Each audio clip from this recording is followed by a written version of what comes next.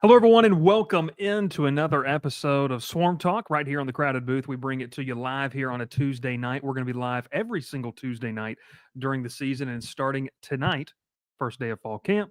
Obviously, we're getting into the real talk of college football, and that kicks off our ultimate 2025 preview for the Yellow Jackets. We're going to take a look offensively and defensively, and then I'm going to run through the schedule and give you my 2023 prediction. Ralph Leary in the background. My name is Bryce Koon. This is Swarm Talk, brought to you by the Crowded Booth. Pile in here and make yourself feel at home. The Crowded Booth is coming on. The Crowded Booth with Bryce Koon.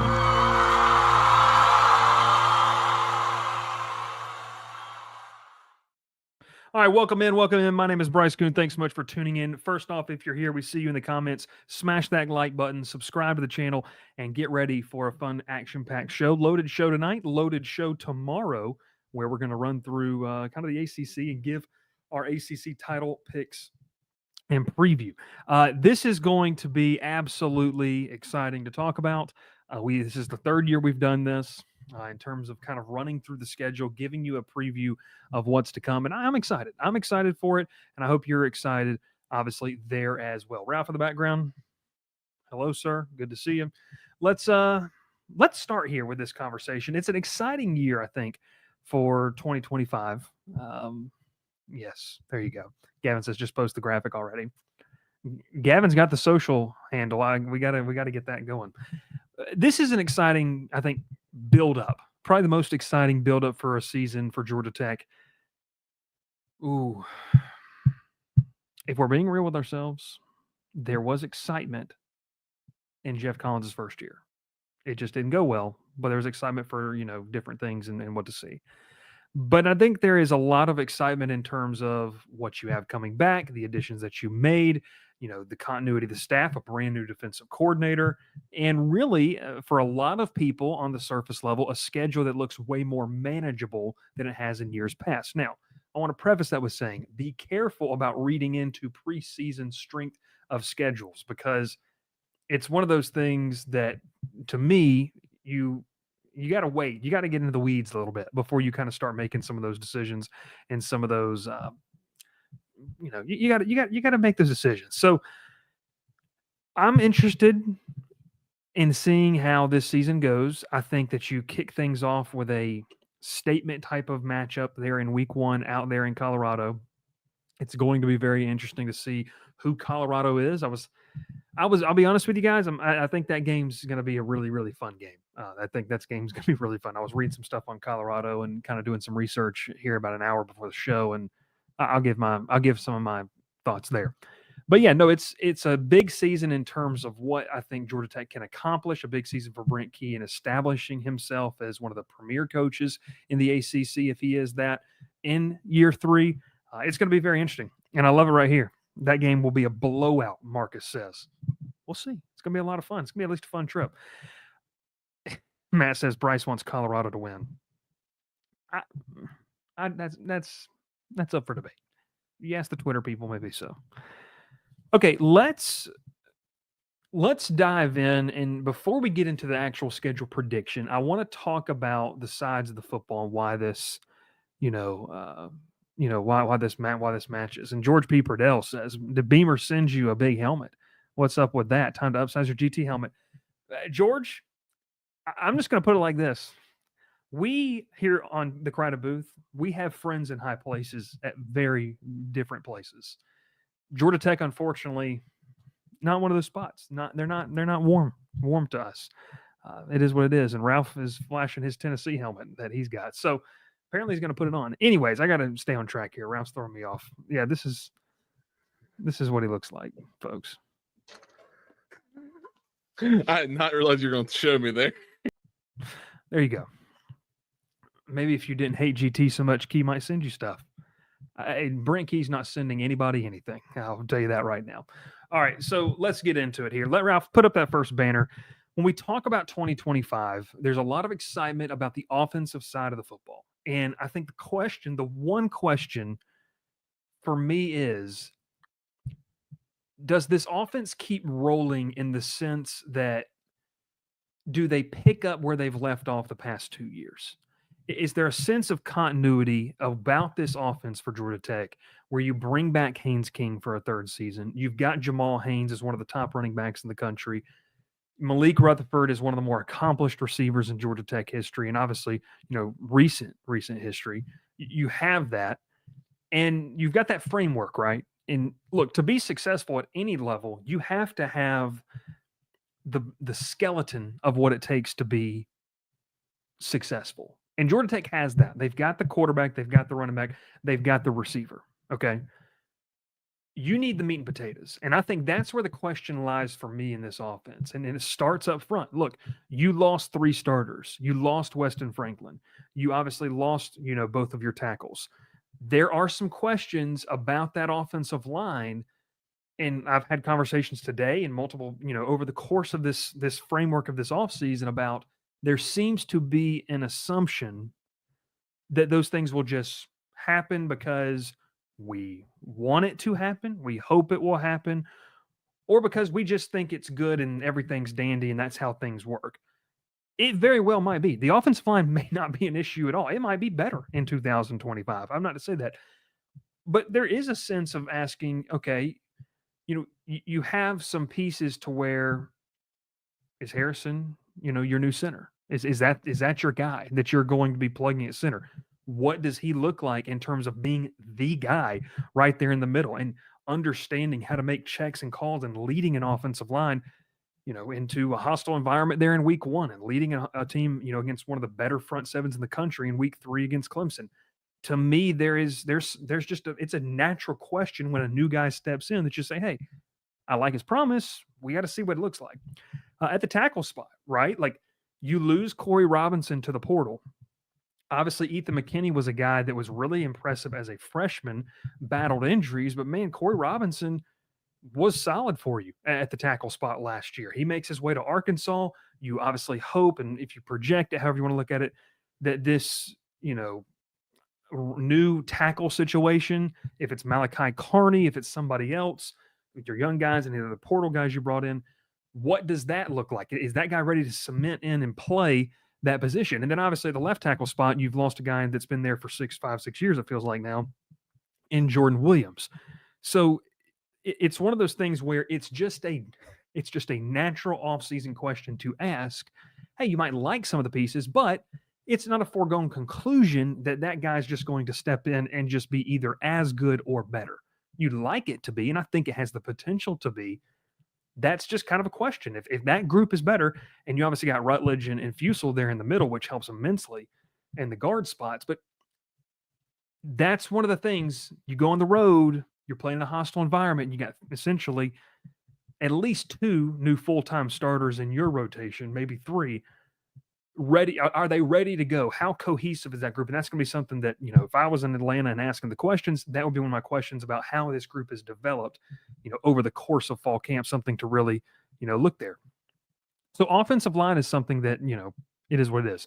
Obviously, Brent Key spoke today about Chad Alexander and his availability. And it takes me to that running back room to where you're in this sense of, okay, Alexander has been a key piece for you. And I've even people that I disagree on nearly everything with, I've agreed with the fact that this coaching staff is going to play guys that and this might seem like a breaking news, they're going to play guys that they trust over just a star ranking. And Chad Alexander was one of those. He's probably one of the biggest examples over the past couple of seasons of a guy that, takes care of the football to a certain extent and plays hard, plays well, understands, can block at the running back position.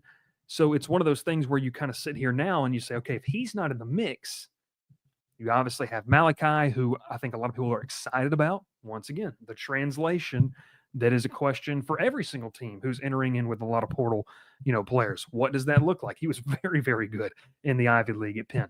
Does that translate well behind an offensive line that's resetting essentially with 3 starters, with just 2 incumbent starters, 3 new starters?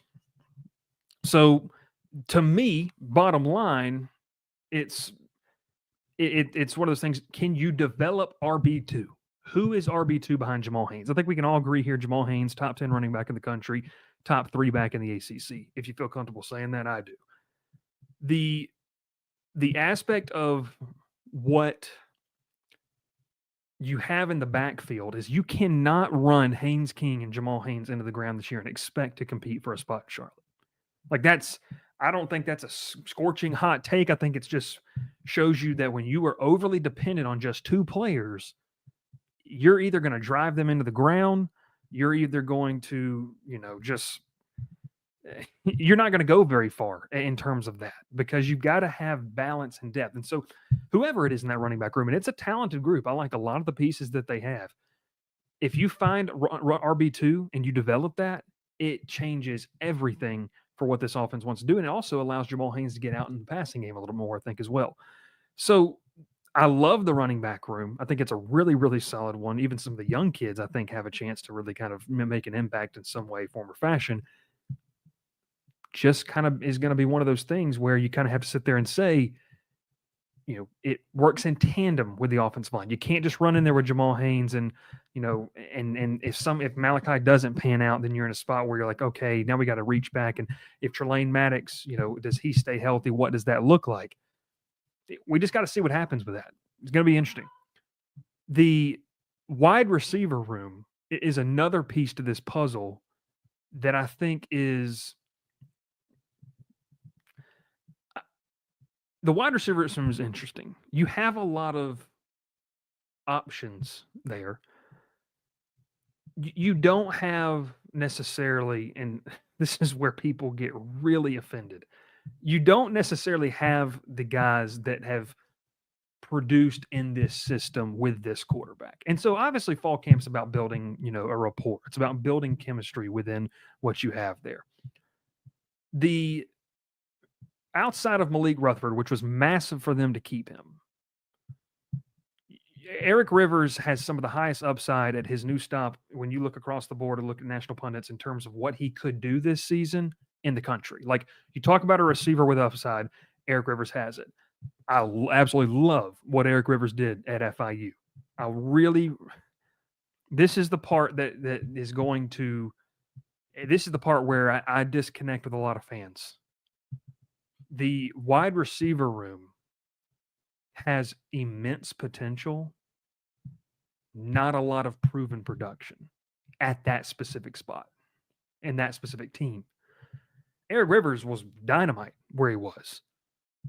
Very high ceiling at Georgia Tech. If it translates, buddy, then you're rolling. That's the question mark. That's just the question, right? If Dean Patterson, who I think is a high floor player, comes in as serviceable possession receiver for you, can do some things for you, blocks well, that's awesome. That's great.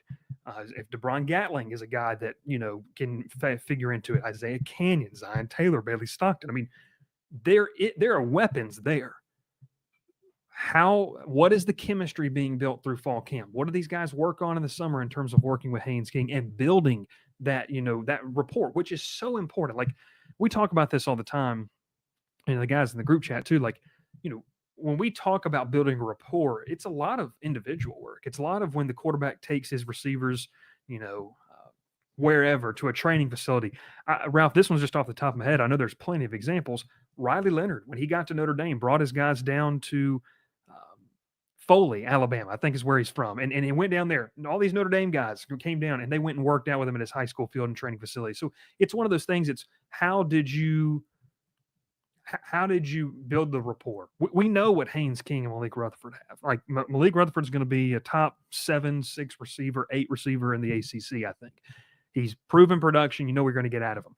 How that room develops beyond him could mean the difference between a 7-win season and a 9-10 win season because it gives you more weapons and it gives defenses a chance to think about something.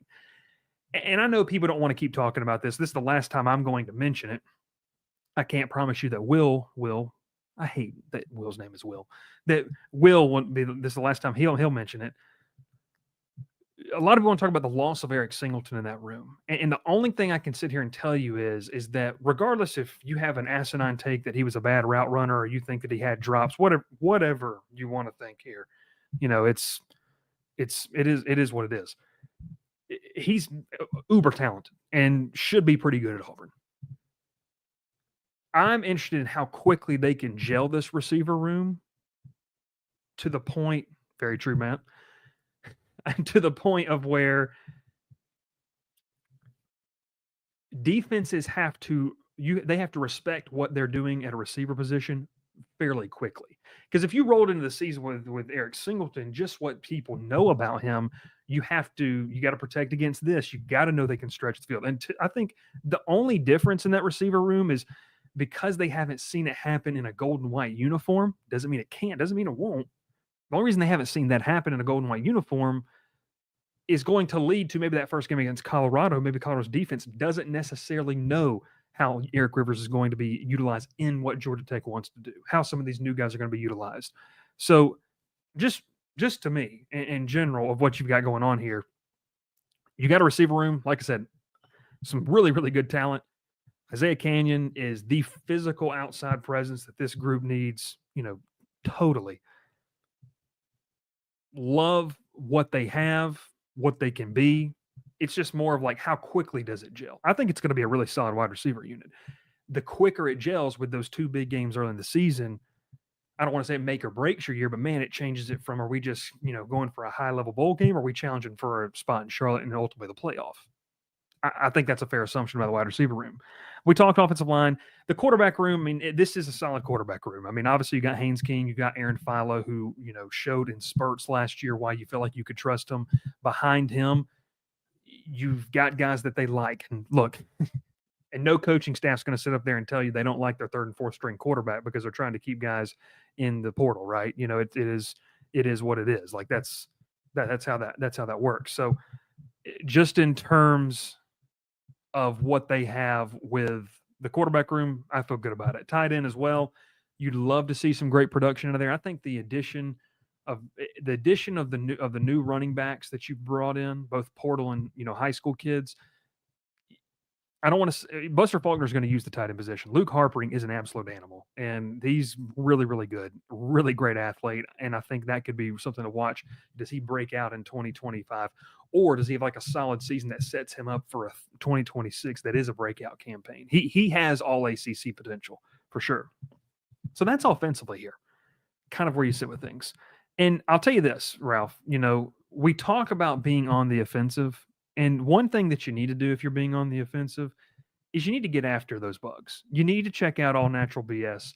Look, it's bug spray that really, really works. And for those pesty bugs that are out here this time of the year, you're getting into, maybe you're out there grilling on the patio, mosquitoes, flies, whatever you got around you. And you're just like, you know what? I need this. I need this to be taken care of. I need this to get away. Just calm down. Check out our friends over at All Natural BS, TCB 15 there, and make sure that you can take a step and do what you need to do. I love them. It's great stuff. It's just great. It's utilize it. They're a friend of the show, and we like friends of the show. We like them. So use code TCB 15. There we go. All Natural BS code Will Manis BS. Ralph, I think there's a couple questions, there that I wanted to get to about the offense. But yes, George, appreciate the donation there. Starting the fundraiser for Bryce to buy his own full-size GT helmet for the shelf. Dude, I'm down. George, and the top donation, right now it's you, George. The top donation for this fund gets to pick the color. Are we going gold? Are we going white? Are we going black watch? We're going custom navy. That turns a lot of people off. And I'm not here to turn people on. So, Andrew says, do you think any cards will be held close to the chest at Colorado then played at Clemson? Ralph, let's save this one for if there's any offense-specific questions. Let's save that one. Nico says, genuine question, Bryce. What excites you about some players, Canyon, Harpering, and makes you hesitant about others, Rivers? Yeah, I mean, I'm not. I think this is the best way to explain it here. I'm excited about what, Canyon and Harpering can do because I think there's upside there. I think Eric Rivers is going to be really good. I think where I am hesitant about it is I'm not guaranteeing you anything in August. I think I don't think it's real to, necessarily. I don't think it's smart to guarantee anything in August. That's not the position I take with anything. So to me, Canyon and Harpering, tremendous upside. Eric Rivers has all ACC potential right out of the gate. Like he has that. I'm just interested to see how quickly it gels. It's never been a thing. It's never been for me, Nico. Is Eric Rivers going to be good at Georgia Tech? I think he's going to be good. It's how good. And a lot of people have just placed in this category of he's going to just be otherworldly in the second coming of, and I'm going above and beyond here. He's going to be the second coming of whoever. I think to me here is just, it's one of those things where how quickly does it translate for him? And how quickly is that bond built in game between he and Haynes King? Because they've never played together. And I mean, we saw this a couple times last year, right? Like Haynes King would force feed Malik Rutherford and Eric Singleton at times. Like he would force them the ball, especially Malik Rutherford. And so that speaks to who does he count on? And how quickly is that relationship, announced? How quickly is it brought? Hey, if he hits Eric Rivers for a 47-yard completion on a deep post route in Colorado, then man, there's nothing to worry about. It's just a question for me in terms of what you have there. I think it is. I think it is. It's really important. So, Nico's got another one. Trevor says honeycomb. Top don't know who gets to pick. Matt says honeycomb helmet. Dude, that would be sick. That would be sick. Nico says, yeah, personally, I think Rivers doesn't need to be great for our offense to be great, so that is good to hear. No, I'm with you. I've said this too about the Singleton loss in terms of it.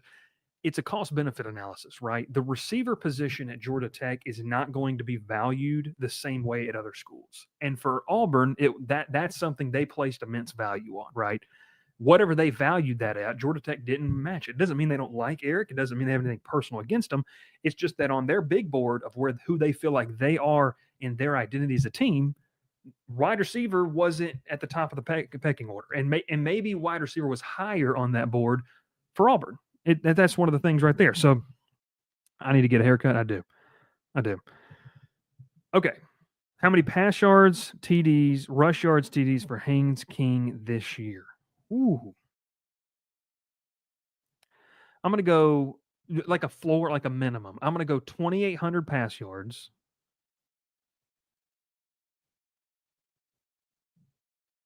I'm going to go 900 rush yards.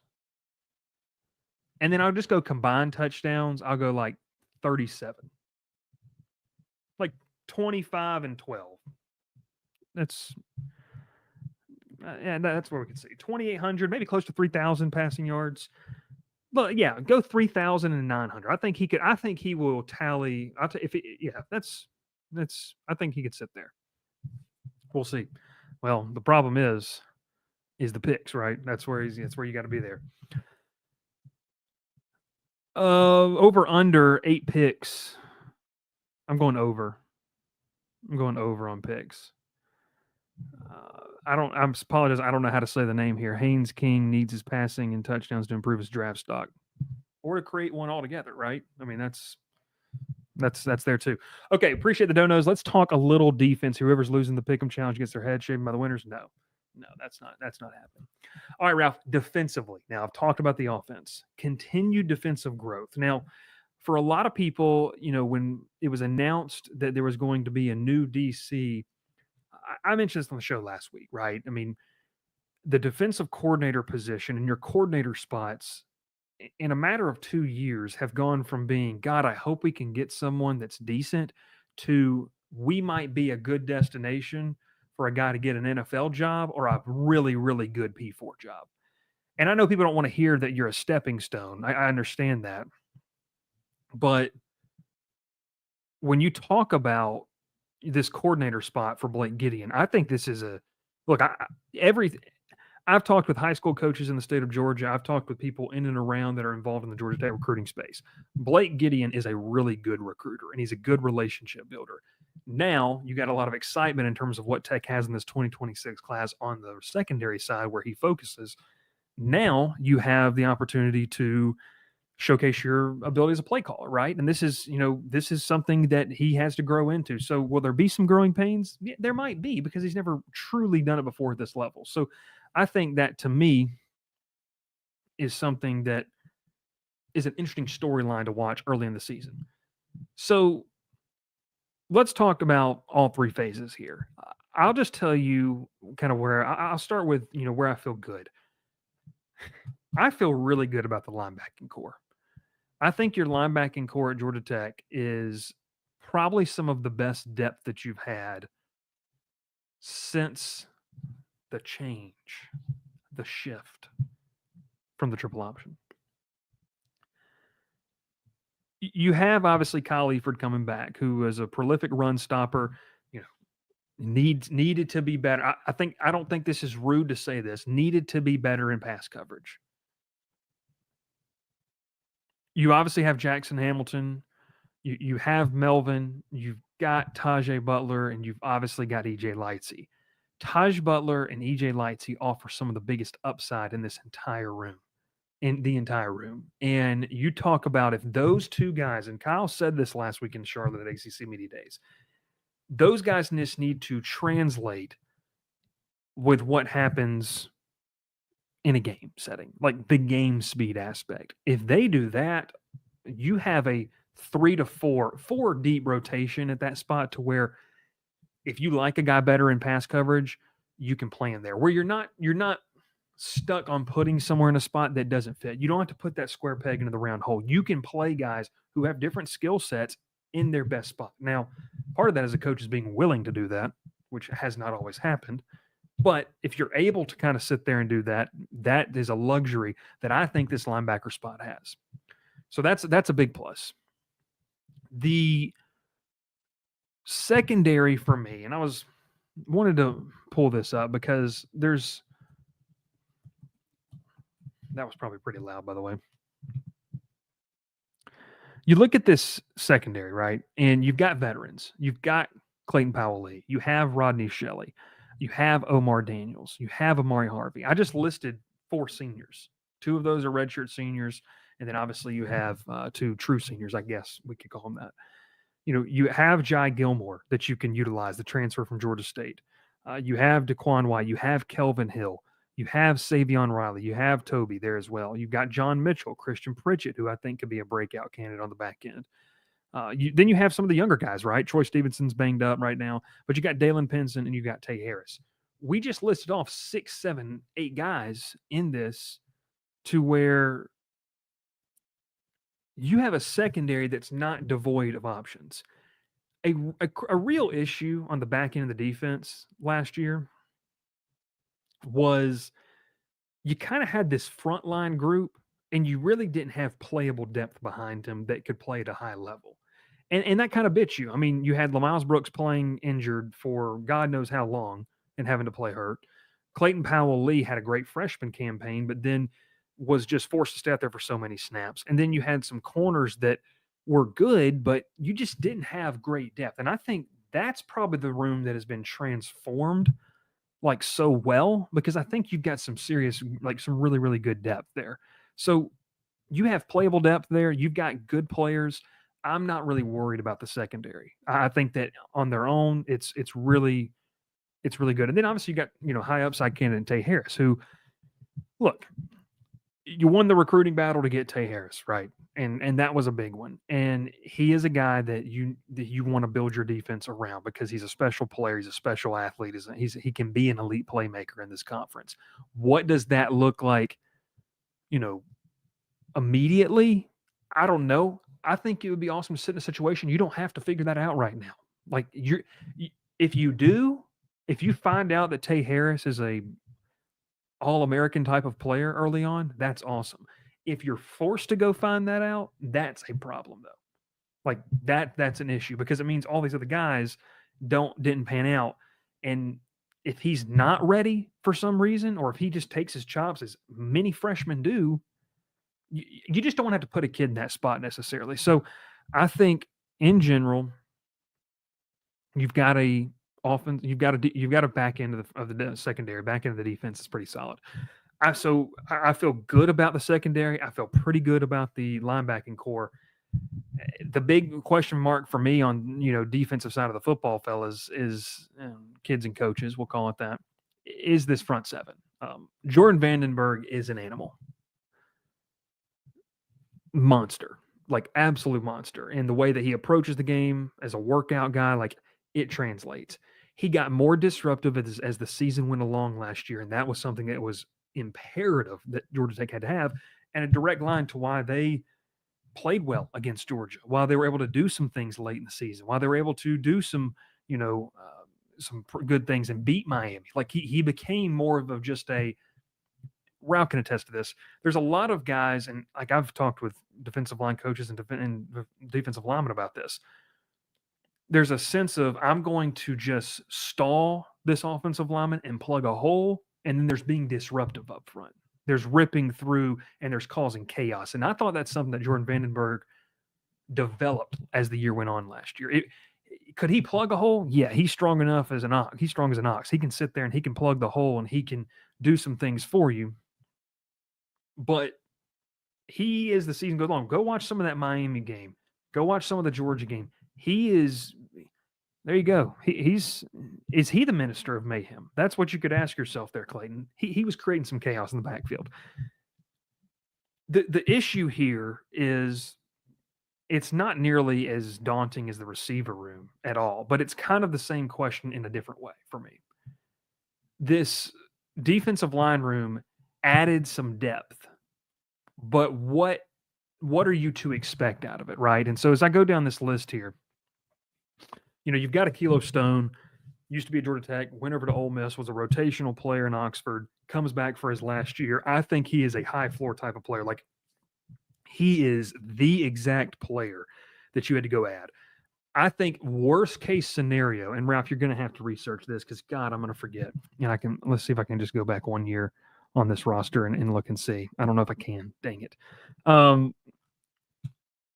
God, you had a transfer from Miami last year. You started at Georgia State for Tech, and then went to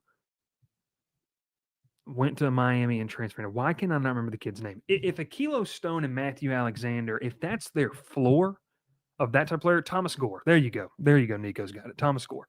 If they can be as good or better as Thomas Gore, that is absolutely perfect. Thomas Gore was the exact type of player that you need from these veterans. A plug-in guy. His name's not in the headlines, but he's able to appreciate that, Nico.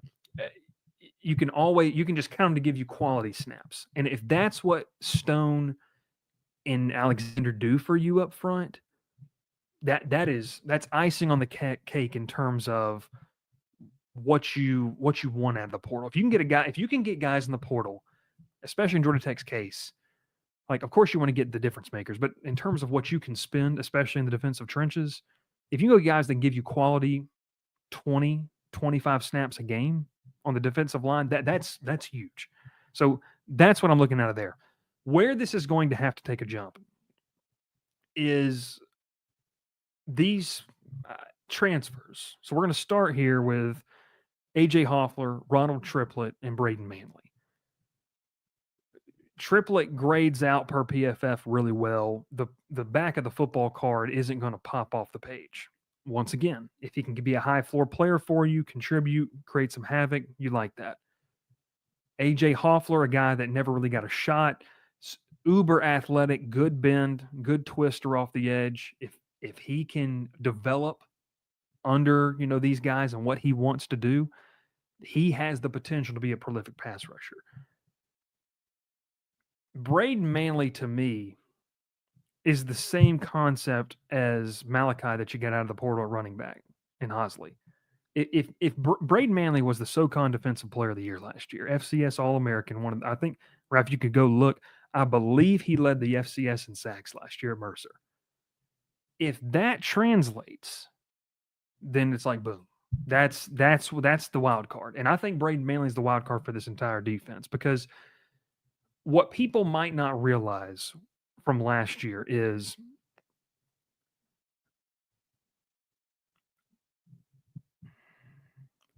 you didn't have a prolific pass rusher, but you had solid enough guys that teams and offensive line coaches and quarterbacks had to worry about where their protection assignments were going. So if you can find two pass rushers, and because it can't just be Manley by himself, because if you get into a situation where it's just Manley by himself and you got him on the edge over there, but nobody else is producing, they're going to slide protection that way every single time. And they're going to chip a linebacker, or I'm sorry, they're going to chip him with a tight end. They're going to have the running back, help out with a block or something. It's going to slow him down. You have to have balance on both sides. And so, is it one of those transfers I mentioned? Is it Jordan Boyd? Is it Andre Fuller? Is it Christian Garrett? Obviously you've got guys like Derry Norris, Carrington Coombs. Amontre Bradford is a guy who saw some snaps on special teams last year. You have to have, and that's the question mark, right? Like you like the potential, you like the size of some of these guys. Someone's got to break free, and someone's got to boost their stock here in fall camp to give this front seven a little bit of juice. And if that happens, well, that is what it is. Manley was tied for 21st in FCS in sacks. He had some crazy, I don't know what it was, PFF pressures altogether. It was something nuts. He was really, really good. So you can do that. You feel pretty good. So defensively, there's things to like. Got to have some juice. So 36 minutes into this show, it is time, Ralph. The moment everyone's been waiting for. Make sure you like the stream. Make sure you're following. And let's lock it in. The 2025 schedule. Now, Ralph, I think you can hit it, or I'll hit it, but don't hit it yet. No special team segment. Hey, I like the punter. I'll say that. The punter is going to be crazy. Crazy good. God, if you could kick the ball, it'd be great. That's what I'm saying. You got a new punter. Like, I'm serious. He was really good at UNLV. The season predictions. This is perceived to be an easier schedule here in 2025. Once again, I think it is on paper. We got to see how some of these things play out. So let's start with game one. Going on the road to Colorado, and I'm going to say this, and it's going to catch a lot of backlash, so I hope you're buckling up and ready to go here. Going on the road to Colorado is not as easy as the average Georgia Tech fan observer thinks it is. I was talking with the fellas about this last night after our show. Colorado's got to replace a lot. But here's two things I do believe about Colorado. And Ralph doesn't even know this. I was doing some research tonight, looking at some different things, listening to some people talk about this. I think that this is going to be Colorado's most balanced team in terms of their entire roster that Deion has had. Yeah, I know they lost the star power. I get it. You go look at some of their transfers in terms of what they brought on the offensive line. I like both of the guards they brought in. They have to be able to run the ball. If they can't run the ball, none of this is going to matter. If Colorado has a run game, it is going to open things up for whoever the quarterback is. If it's Caden Salter, if it's Juju Lewis, whoever it is. But both of those guys can be playmakers at the back at the quarterback position. There's no doubt in my mind about it. If they can't run the ball, it's not going to matter. So Georgia Tech, I think, is the more talented, I think Georgia Tech is the more talented team slightly here. I think Georgia Tech is, look at the blue chip ratio. Colorado's 25th, I think. Georgia Tech's like in the high 30s, low 40s. Georgia Tech's going to go on the road here. This is not an easy game because at Colorado, they get up for these games. And I don't, you go back to 2 years ago when they played, at TCU. They played that game at TCU? Yeah. Right after TCU won the national title. Colorado, they live for these moments. And yeah, they don't have Travis Hunter. They don't have Shador. I understand that. I get that. And I think, but I just think for the casual person, look a little bit deeper than just saying, well, they don't have anybody and they use the portal. Let's use some of that intellect that Georgia Tech fans and grads are supposed to have and use that though. So it's not a matter of who they're playing. It's how they get up for the game. And when you walk into what I think is going to be a hostile environment, obviously the history around this game and what it means from, going back to 1990, I think it's going to be a fun game. I think it's going to be a lively game. But Ralph, let's go ahead and put the first one up there. I think Georgia Tech leaves Boulder with a win. That's my belief here. I think that you have an opportunity to go make a statement on national television in a primetime spot, and I think Georgia Tech leaves there with a hard-fought win. The two things that would surprise me in this week 1 matchup is if Colorado blew the doors off of you, and if you blew the doors off of Colorado. And it'd be opposite ends of the spectrum, right? In terms of it'd be opposite ends of the spectrum in terms of the surprise level. Like if you get blown out, that would be the most defeating thing for this entire fan base and program ever. If you go blow them out, it's like, holy cow, you can put up points and you can also stop some people. So that's interesting to me. It's a chance to make a statement. Chance to make a statement here. So I've got Colorado winning week 1.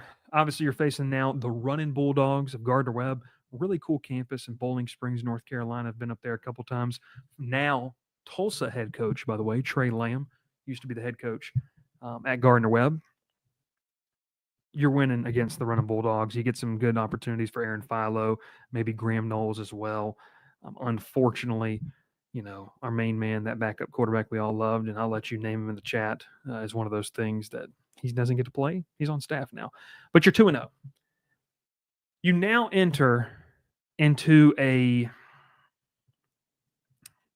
let's call it a game where now it's the ultimate litmus test. Colorado, you should have beat in terms of what you wanted there. This game against Clemson, and I've said this multiple times, right? And I'll say this on the show. Like, I mean, I've covered LSU. I don't think LSU beats Clemson in week 1. Like, that's my take. I think Clemson will be undefeated coming into this game after beating up on LSU and just depositing Troy and just kicking them back halfway down to lower Alabama. And I think that's what's going to happen, Ralph. The Clemson game is a litmus test for who you are as a program. Last time you went up there and played them, you got out physical and you got pushed around, you got shoved around. I've said this multiple times. I think Clemson has one of the better defensive units on paper in the country, one of the better front sevens in the country. Cade Klubnik has some serious talent for the first time at wide receiver. You have to like what you have at the running back spot if you're a Clemson fan. So I understand this game's at home. I get this. I think I've said this multiple times. I'll talk about this tomorrow. I think Clemson, for me, is one of the top 4 teams in the country coming into this year, top 5 teams in the country. I think Georgia Tech gets their first loss and suffers their first loss here against Clemson. So I have the Jackets winning or Jackets losing. I think this can be close, though. I think it can. I just don't think you have the pieces in the trenches quite yet. Because for everything of, well, we get them early in the season, well, they also get you early in the season. And maybe some of those pieces, like we talked about in this preview, haven't quite developed to the point where you can count on them. So, once again, one of those things, I get it, Clayton, where what you think is an advantage for you also could be an advantage for them. So, I'm going right there, 2-1. Now, I want to make sure I get all the bye weeks right, Ralph. So give me a second here. You're going to play Temple next. I mean, we're not really going to talk about this one. This is another opportunity to kind of build up some of your depth. You win that game. So you're 3-1. You're 3-1 heading into a game, your first, road ACC game against a big time opponent. I guess a road ACC game. Brand new head coach and Jake Dickert there. Robbie Ashford, just destroyed me in my dynasty. It was really, really not fun to play against them. This game is a game where, like in previous years, you've probably lost, and I think this is kind of where the changing of the narrative comes for Georgia Tech, as you start to change that. And I think you change in a big way. I think it's a convincing win on the road at Wake Forest. And it takes you right into a bye week. So now you got the win against Wake Forest. Ralph, you can put that up there. You're 4-1. You're 4-1 heading into a bye week. And I'm just going to tell you this. You're 4-1, and this next stretch of games before you give it to your bye week determines who you are. It's 4 ACC games, 2 on the road, 2 at home, and it determines, are you just a middling ACC program or are you a contender? Have you left the middle pack? Have you left the doldrums of ACC mediocrity, or are you just are you somebody else? Are you ascending to the top half of the conference and the top portion of this conference with a legitimate record? So you've got the bye week and you're playing Virginia Tech. It's a chance for revenge and all that kind of stuff. Virginia Tech was kind of outspoken in Charlotte about what they thought they could be. They will want to improve. Brent Pryce probably in a make or break year up there, in Blacksburg. I've got Georgia Tech winning this game at home. I think this is where the Dodd can be rocking coming off of a bye week, and you're sitting there at 5-1, where the juices are flowing, man, and the mojo is going. I mean, Magic City's packed out, if you know what I mean. Like, you're there, it's a good time there in Midtown Atlanta. This is something for me where you look at this record, you're 5-1. You've got everything in front of you. You're 5-1. You're 2-1 in conference play. And I mentioned this a couple weeks ago when I talked about this. If you get to the middle October, early November, and you've got a chance to go to Charlotte, that's the position you want to be in. And right now you're there. Margin of error is not very wide, but you're there. And so it takes me to this game against Duke. And, I had this feeling about Duke last year. It was a back and forth game. It's a back and forth game in terms of what you had. Duke's offense was a little bit anemic last year, couldn't do a lot. Here's how I feel about Duke in 2025. I trust Manny Diaz defense. I don't think it's going to be otherworldly, but what I think Duke is going to give you as a defense is going to be respectable, and they're going to play pretty gap sound, assignment sound football. The kicker here for Duke, and what they've obviously financially put all of their eggs in, they brought in a quarterback that can do something. Darian Menza has the potential to end the 2025 season as a top 4 quarterback in the conference, maybe top 3. Now, please, before you run to your respective Twitter groups to talk about it, he has the potential to do that. It doesn't mean it's going to happen, but that's the type of player that he is. I do lean towards the aisle of thinking that he's going to be pretty good. And by this juncture of the season, Duke's going to have a pretty good handle on who they are as a program. I've got Duke defending home field, defending Wallace Wade Stadium in a close battle. And I think Georgia Tech falls in the Dr. Bob Bowl. Which I guess the Dr. Bob Bowl could also be Duke and Tulane, which is going to just be, if there's a game I could go to, Duke Tulane would be in New Orleans would be unbelievable. So that's kind of where I sit with this. I think Duke's a quality football team, and I think Georgia Tech stumbles in Wallace Wade.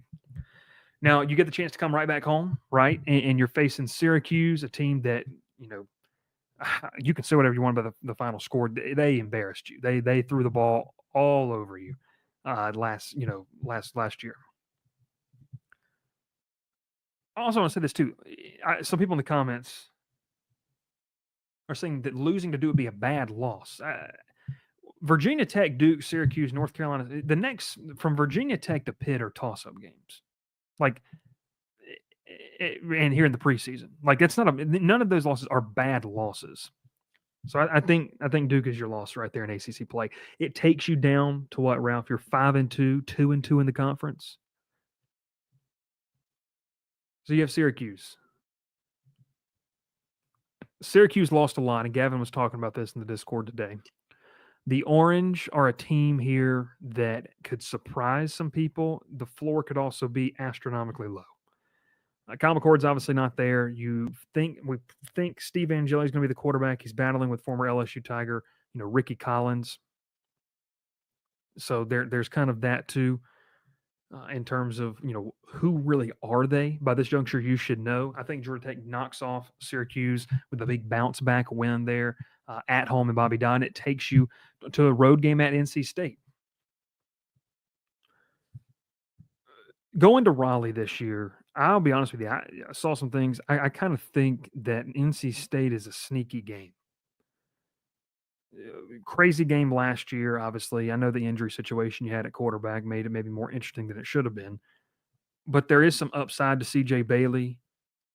That really just a very disappointing year for them last year that started with Grayson McCall's concussions issue. That's neither here nor there, but I'm saying I think that they're a bounce back candidate in 2025. NC State's a sneaky team. I think Georgia Tech leaves Raleigh with a close win.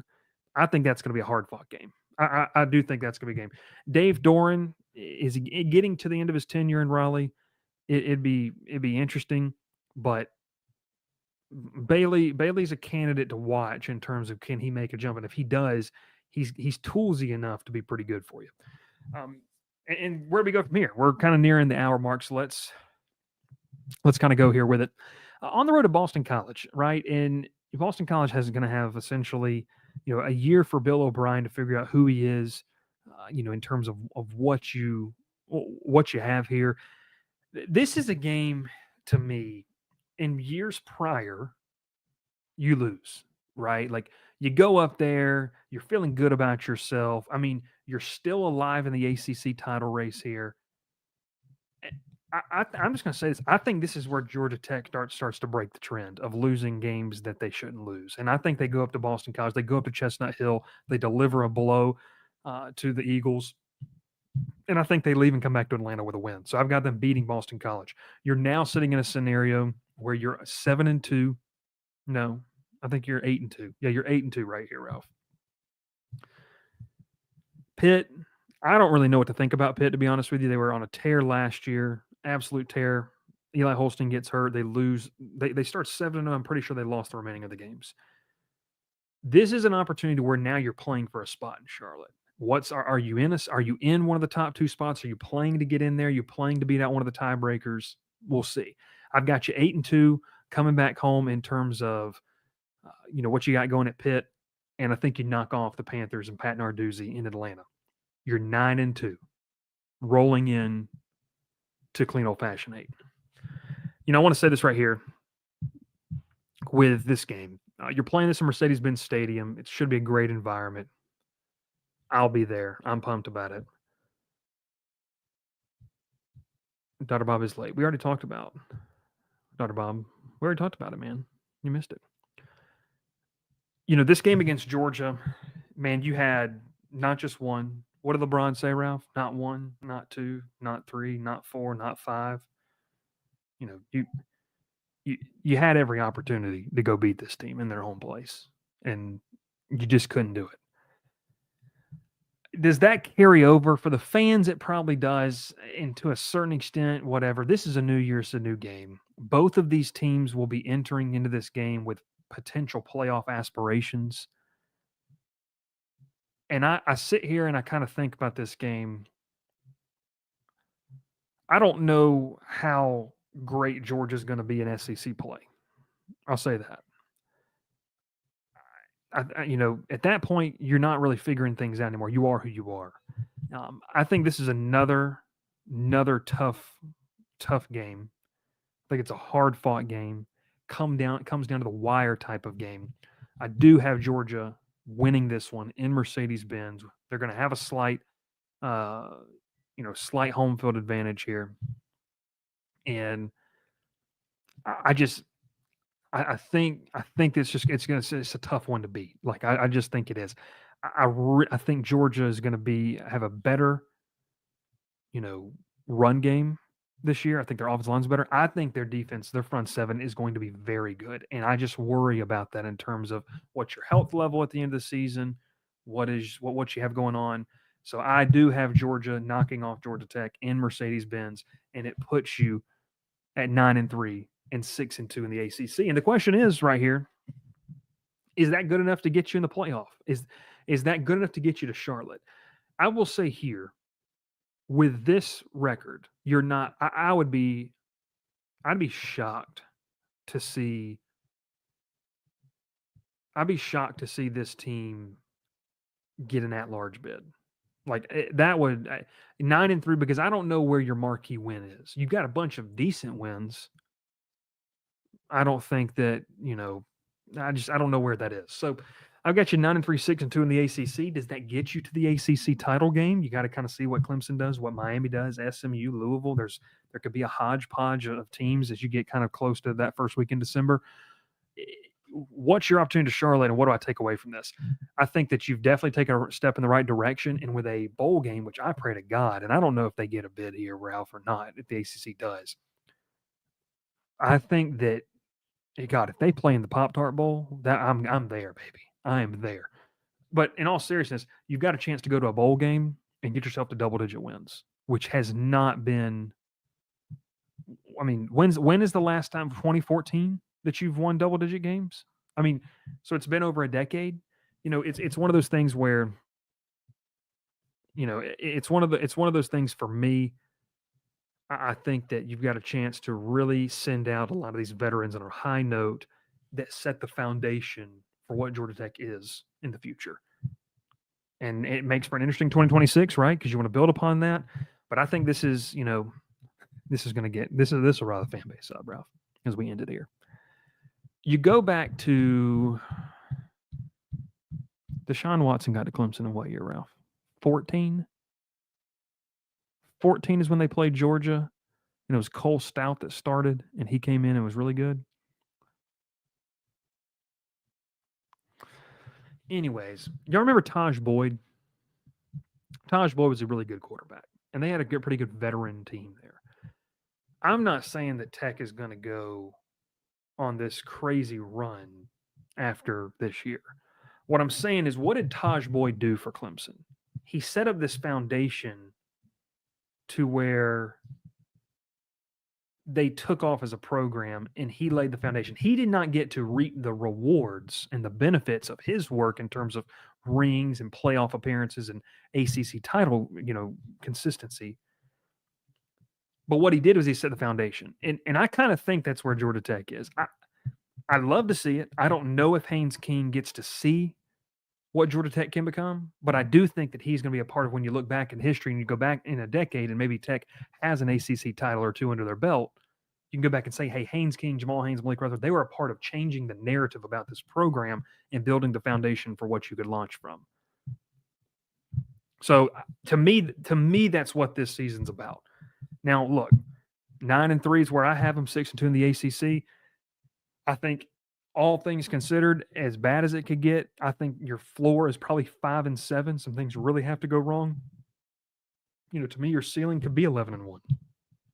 So, it's one of those things where it's going to be interesting. You can be a playoff team here. You can be an ACC title contender here. I think at the baseline, though, if you go 9-3, a silver lining, they're not going to take away from immediately. And I know there's no feel good wins, but it's one of those things where you could look back in 5, 6, 7, 8 years and say, man, that 2025 team, I hate they didn't get to experience what we get to experience now as a program, but they laid the foundation for what was to come. And some of these young guys get to see it there. So it is, we'll see. Well, we'll see what happens. But hey, listen, Georgia Tech, we've got them going 9-3, 6-2 in the conference. And is that good enough for a playoff bid? We'll see. Lots of comments, lots of people talking here in the chat tonight. We appreciate you. And hey, listen, you need to make sure and check out the channel all year long. We are getting ready for our weekly, nearly daily shows. We're live again tomorrow night, by the way. Full ACC prevent. I'm going to tell you who I have in that ACC title game. Is it Georgia Tech? Is it not? But listen, we're live, going to be live Sunday through Thursday every single week with content on the channel. Make sure you do it. You like, you comment, subscribe. It helps us here on the channel. We appreciate you.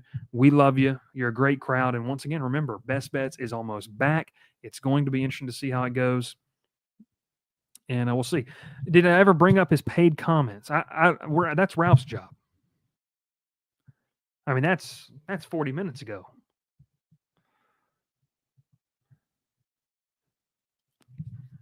I appreciate you, Clayton. I appreciate you. Hey, subscribe to the channel, like the videos, make sure you check us out. Matt says $71.70, 17-0. I love it there. You know, all right, Bryce, 17-0, lock it in. I like it there too. That's awesome. 9-2 got Tech going. It's too much for Duke to handle on both sides of the ball, so I don't know why you have Tech losing that game. Really just kind of comes down to the fact of where I think it's just the growth of the program. I think that their margin of error in 2025 isn't great enough to overcome slipping up on the road. And I think Duke's going to be a quality team too. So it's just maybe a difference of what we think there. So that's all it is. Make sure you like, subscribe. We will catch you tomorrow night, 7:30 Central, 8:30 Eastern, ACC full preview. The disappointing team in 2025, the surprise team. Who's making it to Charlotte? We'll be there. And who's obviously going to win it all. It's going to be a lot of fun stuff. We appreciate you. Thanks so much for tuning in. Ralph in the background. My name is Bryce Koon. Check us out. Share with your friends. Best Georgia Tech show on the internet. We appreciate you. We'll catch you next time here on Swarm Talk, brought to you by the Crowded Booth. Pile in here and make yourself feel at home. The Crowded Booth is coming on. The Crowded Booth with Bryce Koon.